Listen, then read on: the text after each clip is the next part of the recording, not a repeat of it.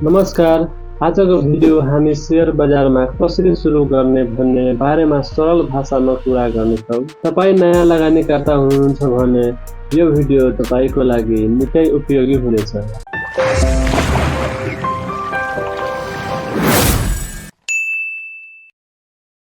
आउनुहोस् अब सुरु गरौँ। मेरो शेयर नेपालको central depository system and clearing limited CDSC ले सञ्चालन गर्ने अनलाइन प्लेटफर्म हो।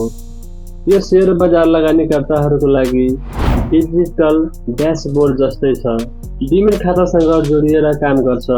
यस मार्फत तपाईले IPO, initial public offering, right share र म्युचुअल फन्ड वा डिभेन्चरमा आवेदन दिन सक्नुहुन्छ। साथै आफ्नो शेयर पोर्टफोलियो हेर्न, ट्रान्जेक्सन इतिहास जाँच र डिभिडेन्ड लाभांश विवरणहरूको डाउनलोड गर्न र आवेदन रिपोर्टहरू हेर्न सक्नुहुन्छ। यो कसरी प्रयोग गर्ने?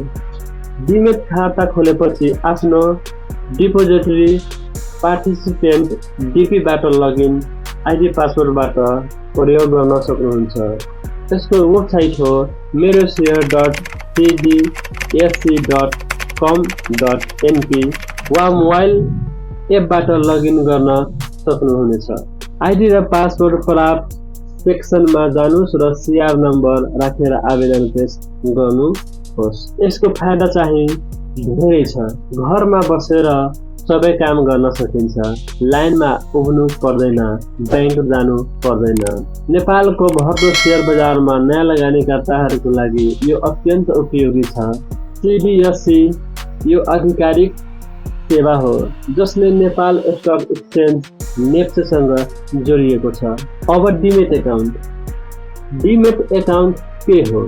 डिमेट एकाउन्ट खाता भनेको बन्ड वा अन्य सिक्युरिटिजहरूलाई इलेक्ट्रोनिक रूपमा राख्ने डिजिटल खाता हो।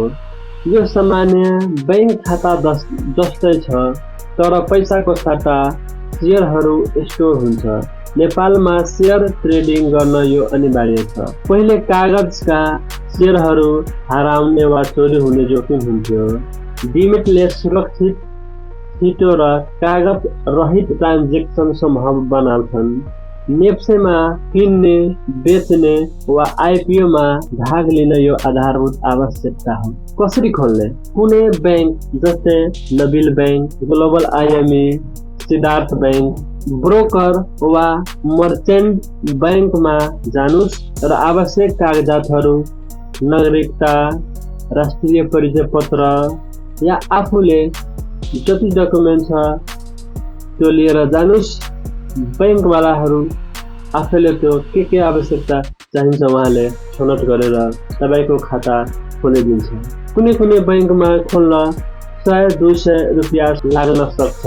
केही ठाउँमा निःशुल्क पनि छ। CDSC मा दर्ता भएपछि तुरन्त सक्रिय हुन्छ। यसका फाइदाहरू: शेयर हस्तान्तरण छिटो हुन्छ।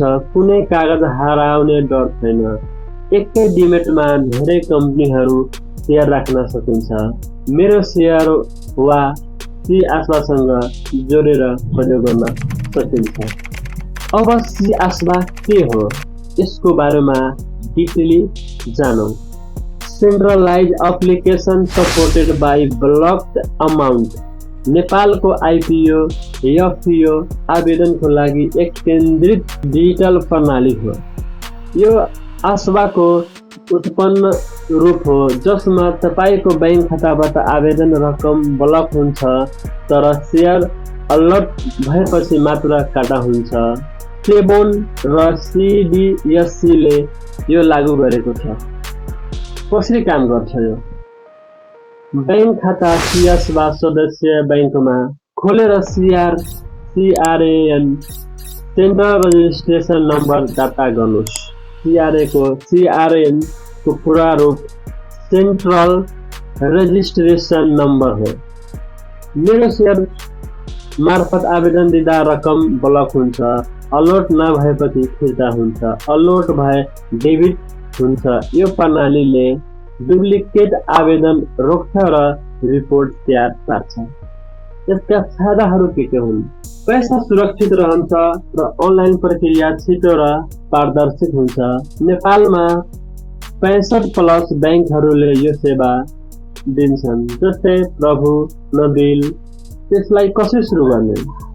डिमेट र मेरो सेयर तयार भएपछि बैंकमा CRN लिनुस् र आइपिओ खुला हुँदा मेरो सेयरबाट आवेदन दिनुहोस् र उदाहरणको लागि एक डिमेटमा धेरै बैंकहरूका CRN जोड्न सकिन्छ। यी तीनैवटा नेपालको सेयर बजारको आधारभूत उपकरणहरू हुन्। डिमेट बिना सुरु नै गर्न सक्दैन। मेरो सेयरले व्यवस्थापन सजिलो बनाएको छ। सी आसवाले आइपिओलाई सुरक्षित र नयाँ लगानीकर्ता भए पहिले डिमेट खोल्नुहोस् र अभ्यास गर्नुहोस्। थप जानकारीको लागि CDSC वा आफ्नो बैंकसँग सम्पर्क गर्नुहोला। यो भिडियो कस्तो लाग्यो प्लिज कमेन्ट गरिदिनुहोला र साइडमा बेल आइकन दबाएर सब्स्क्राइब गरिदिनुहोला। हस्, धन्यवाद।